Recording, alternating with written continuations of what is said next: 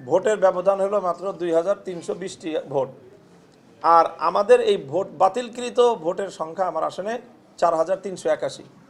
আমি এখানে আমার ঢাকা 13 আসনের নির্বাচন অনুষ্ঠান এবং নির্বাচনের ফলাফল এই সবগুলো বিষয় নিয়ে অভিযোগ দায়ের করতে এসেছি এবং নির্বাচন কমিশন, ইসি কার্যালয় এবং রিটার্নিং কর্মকর্তার কাছে আমি আমার সেই অভিযোগপত্র দাখিল করেছি। আমার প্রধানত অভিযোগ হলো যে আমার আসনে, ঢাকা 13 আসনে নির্বাচনের যেই ফলাফল, জনগণের যেই মতামত, সেই মতামত রেজাল্টের মধ্যে এবং যেই নির্বাচন কমিশনের পক্ষ থেকে পরিবেশিত যে ফলাফল প্রকাশ করা হয়েছে, প্রকাশিত সেই ফলাফলের মাধ্যমে জনগণের প্রকৃত মতামতের প্রতিফলন ঘটেনি। তার কারণ আমাদের কাছে বেশ কিছু প্রমাণ রয়েছে, যে প্রমাণের মাধ্যমে আমরা এটা বিশ্বাস করছি, বিশ্বাসযোগ্য প্রমাণ। সেই প্রমাণের ভিত্তিতে আমরা বিশ্বাস করছি যে এখানে আমাদের যে প্রকৃত যে ফলাফল, সেটা থেকে আমাদেরকে বঞ্চিত করা হয়েছে।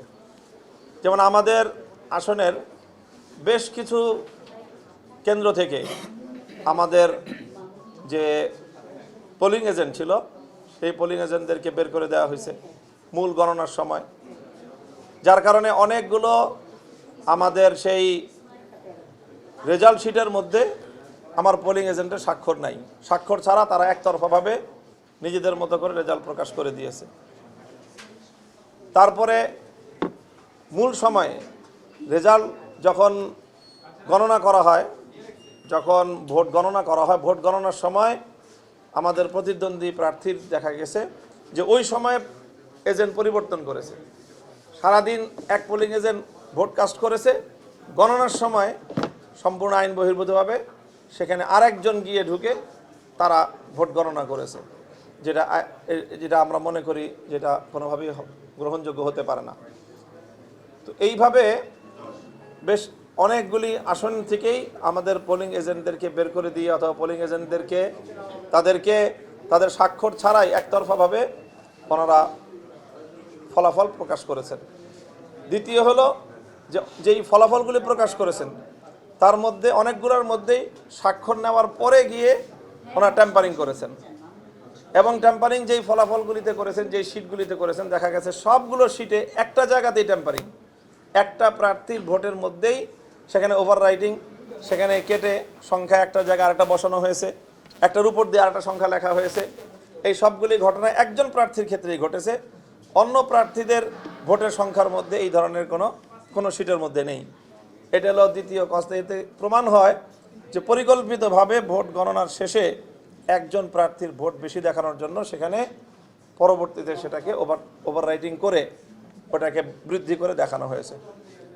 তৃতীয় অভিযোগ হলো যে নির্বাচন কমিশন যে ব্যালট পেপার দিয়েছে, সেই ব্যালট পেপারে মানে 9 জন প্রার্থী হওয়ার কারণে দুইটা কলামে, একটা কলামে 5টা রোতে 5 জন, আর একটা কলামে 4টা রোতে 4 জন। তো স্বাভাবিকভাবে প্রথম কলামের যে লাস্ট রোটার বিপরীত দিকে দ্বিতীয় কলামের সেই রোটা খালি। তো খালি থাকার কারণে এটাকে লাস্ট কলামের যে বাম দিকের যে রোটা, ওইটার বরাবর একটা ঘর বলে মনে হয়। একটা ঘর বলে মনে হওয়াতে গণভোটের মধ্যে যেরকম হ্যাঁ না বাম পাশে লেখা ছিল, সিল মারার জায়গা ডান পাশে ছিল খালি জায়গায়। তো ঠিক ওরকম একইভাবে যদি কেউ চিন্তা করে থাকে গণভোটের মতো করে, যে বাম পাশে প্রার্থী এবং প্রতীক, ডান পাশে তার খালি ঘর, সেখানে তাকে সিল মারতে হবে। তো সেইভাবে সিল মেরেছে প্রচুর ভোটার, এটা আমাদের কাছে প্রুফ আছে যে অনেক ভোটার সেখানে সিল দিয়েছে, এবং প্রতিটা ভোট কেন্দ্রে এই পরিমাণ ভোট এই কারণে বাতিল হয়েছে, যেটার সংখ্যা আমাদের সাথে যদি যুক্ত করা হয় তো আমরা অনেক ব্যবধানে আমরা এখানে বেশি ভোট পাই। তো আমাদের কাছে এটা প্রমাণ রয়েছে যে নির্বাচন কমিশনের পক্ষ থেকে অন্য আসনে, যেরকম ঢাকা 8 আসনের ব্যাপারে একই সেম কেসটা হয়েছে মির্জা আব্বাস সাহেবের ক্ষেত্রে, ধানের শীষের প্রতীকে, যে সেখানে তার ফার্স্ট কলামের লাস্ট রোতে মির্জা আব্বাস এবং সাহেবের নাম এবং ধানের শীষ, আর বিপরীত দিকে দ্বিতীয় কলামের লাস্ট রোটা খালি। তো সেখানে যেই সিলগুলি পড়েছে সেই সিলগুলোকে ধানের শীষের এই ভোট বলে গণ্য করার মর্মে নির্বাচন কমিশনের সিদ্ধান্ত আছে বলে আফরোজা আব্বাস সাহেবা, যিনি বিএনপির নেত্রী, তার পক্ষ থেকে মিডিয়াতে স্পষ্ট ব্রিফিং আছে। তো এই সকল কারণে আমাদের আসনে ভোটের ব্যবধান হলো মাত্র 2320টি ভোট, আর আমাদের এই ভোট বাতিলকৃত ভোটের সংখ্যা আমার আসনে 4381। তো আমরা যেটা ধারণা করছি যে 4381-র মধ্যে মোর দেন 80% ভোট, এটা আমার সেই ধরনের ভোট যেই ভোটটা নির্বাচন কমিশন বিভ্রান্ত করেছে জনগণকে, এবং সেই জনগণকে বিভ্রান্ত করার দায় আমি মনে করি জনগণের কাঁধে না চাপিয়ে নির্বাচন কমিশনের নিজেদের কাঁধে এটা দায় নেওয়া উচিত। এবং এখানে যে নির্বাচন কমিশনের যে বিধি আছে, সেই বিধিতে এটা আছে যে যদি কোথাও সিল পড়ে, সেই সিলের কোন প্রার্থীকে ভোট দিতে চেয়েছে প্রার্থী, এই ভোটার, সেই তার ইচ্ছাটা যদি শনাক্ত করা যায় যে সে এই প্রার্থীকে ভোট দিতে চেয়েছে, তাহলে সেই ভোটটা সেই প্রার্থীর ঘরে কাউন্ট হওয়ার কথা। এই বিবেচনায় আমি মনে করি যে আমার এই জাতীয় ভোট যেগুলো বাতিল করা হয়েছে সেগুলো আবার রিকাউন্ট করে সেগুলোকে যদি গণনা করা হয়, তাহলে ভোটের যেই হিসাব সেই হিসাব থাকবে না।